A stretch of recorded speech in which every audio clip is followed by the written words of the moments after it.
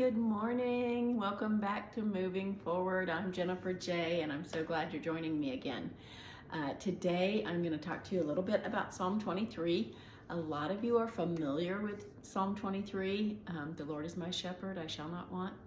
A lot of us had to memorize that in Sunday school as kids, different things. So you've probably heard it at funerals. It's often quoted there. So you may be very familiar with it, but we're going to dig in a little deeper to it today. So I know when I was in Africa, and I know I told you this in the last video, but I just came back from a trip to Africa, and they had herds. Just, you'd be going down the highway and they were just like in the culvert right beside you, just whether it was goats or whether it was oxen, even camels. We just saw herds of animals and shepherds everywhere. So we're going to talk a little bit about that today. But Psalm 23 is a psalm of confidence in God. So it's actually a hymn of trust. And so we're going to talk about that a little bit. But what was a shepherd's job? So a shepherd's job was to herd the sheep, right? Take care of the sheep. So they made sure they were all in the pen at night. They took them out to get water. They brought them back, they counted them, made sure they were all there. And they don't mind the stench of the sheep. Like, they're used to that smell, so they don't, sheep stink, okay? I don't know if you've ever been around a bunch of sheep, but I have. I was a Kansas girl, so my daughter was in 4-H. We went to the fairgrounds. Sheep stink. We went to different farms and things, but yeah, they're not pleasant animals. But one thing that the shepherd would do, and I didn't know this before, but I've seen the picture. You might have seen the picture of the shepherd, and he's carrying the sheep around his shoulders. Have you ever seen one like that? Well, I have, and the reason is because when a sheep would wander off, sheep are not real bright animals, but when they would wander off, the shepherd would break their legs and then carry them back and train them and teach them how to stay with him. And so he would teach them not to wander. And so he would put a rod down at the sheep gate to keep the wild animals out. And just as Jesus laid his life down for ours. So that's the comparison that Psalm 23 is about a shepherd and how the shepherd cares for the sheep, and Jesus is our shepherd and we are his sheep. So we do tend to wander as well. But in John chapter 10 and verse 11, it says, and this is Jesus talking, "I am the good shepherd. The good shepherd gives his life for the sheep. But a hireling, he who is not the shepherd, one who does not own the sheep, sees the wolf coming and leaves the sheep and flees, and the wolf catches the sheep and scatters them. The hireling flees because he's a hireling and doesn't care about the sheep. I am the good shepherd, and I know my sheep, and I am known by my own. As the Father knows me, even so I know the Father, and I lay down my life for the sheep." We'll stop there. That was not just verse 11. Obviously, I read 12 and 13 as well, but he's the good shepherd. So if a shepherd needed to, I don't know, maybe the shepherd was sick or something, and somebody else had to come in, they had to hire somebody to mind the sheep.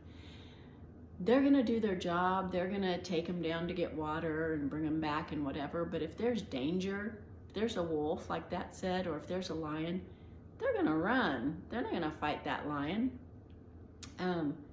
But that's what a shepherd does. A shepherd lays down his life for his sheep, and the sheep know him. The sheep don't know a hired person. They're going to have a more difficult time getting the sheep to follow them. It's going to be a harder job for them. But that's what it's talking about, the hireling. And so sheep are dumb. They follow the shepherd, and we need to follow the Lord. They're easily swayed or easily led, as are we. But there's a relationship. The sheep trust the shepherd, and we need to trust God.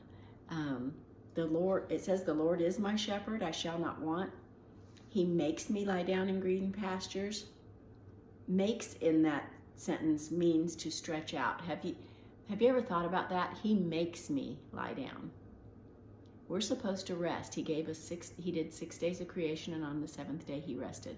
And we're supposed to rest. He tells us to rest. Keep holy the Sabbath, he says. We need rest. Rest is important for our physical bodies, and he knew that. It's important for our mental state. It's important for our emotional state. It's important for our spiritual state. The way God designed us, we are designed to require rest. So when this says, he makes me lie down, he doesn't give us an option. We need rest.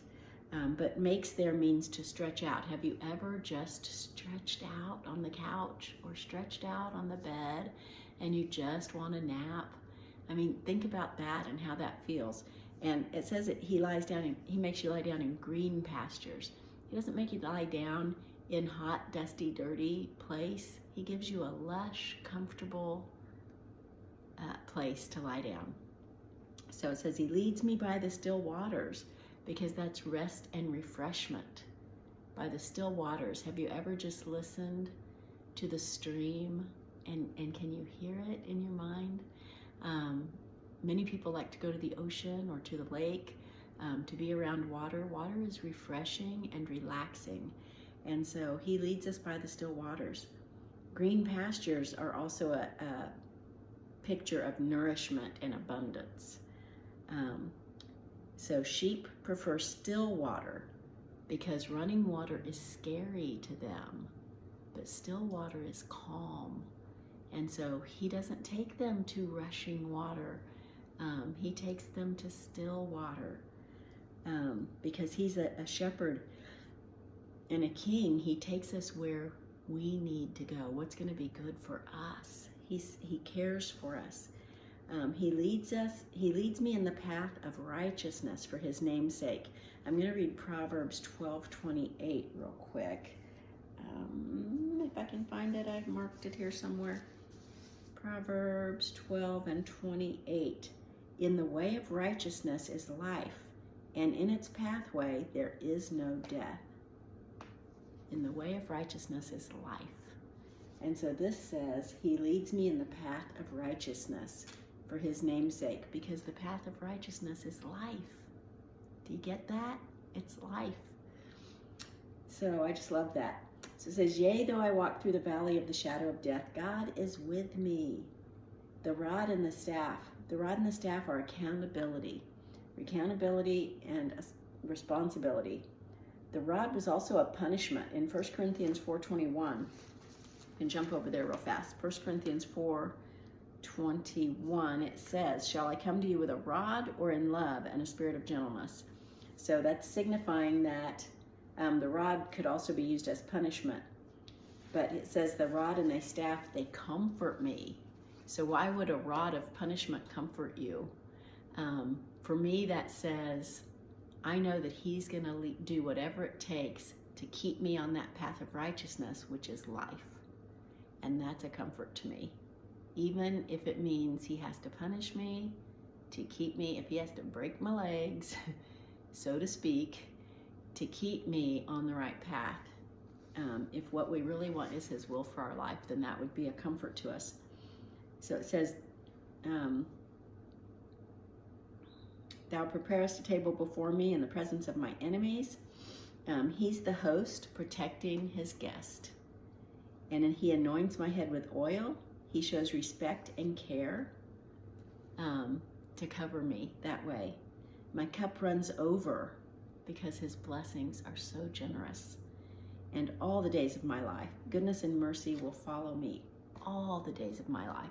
Not some of the days of my life, not one or two of the days of my life, not just the days that I'm being obedient, but all the days of my life. And Dave Schnoes used to say at Spring Life Church, all means all, and that's all means. All means all the days of my life. Goodness and mercy shall follow me all the days of my life. And so that's a promise And I just wanted you guys to think about that today, all those things about Psalm 23. I hope you'll go back and read it. Psalm 23, you might even try reading it in a couple different versions. So try reading it in the New International Version, or the Message, which is an easy to read version, or even the easy to read version.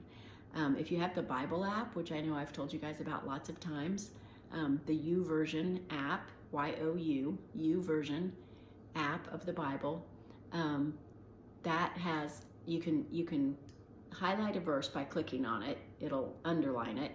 And then down at the bottom, if you scroll over, it'll have compare, and you can hit compare, and it'll take you to that verse in lots of different versions of the Bible. So you can compare it in the New International, the King James, the New King James, the Holman Christian Standard, the Amplified, the Easy to Read, whatever version you choose. There's so many.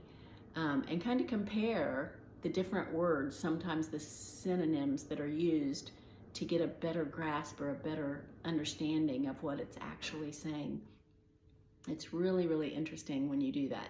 And then make notes. I've told you before to have a journal. It's so important to have a journal and write down what God's telling you as you meditate on that verse. So meditating, God tells us to meditate on His Word, right? And meditating means to think about it.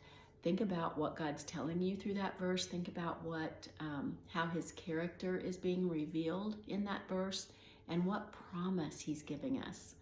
And write those things down. That's really what meditating on the Word is, digging into it like that.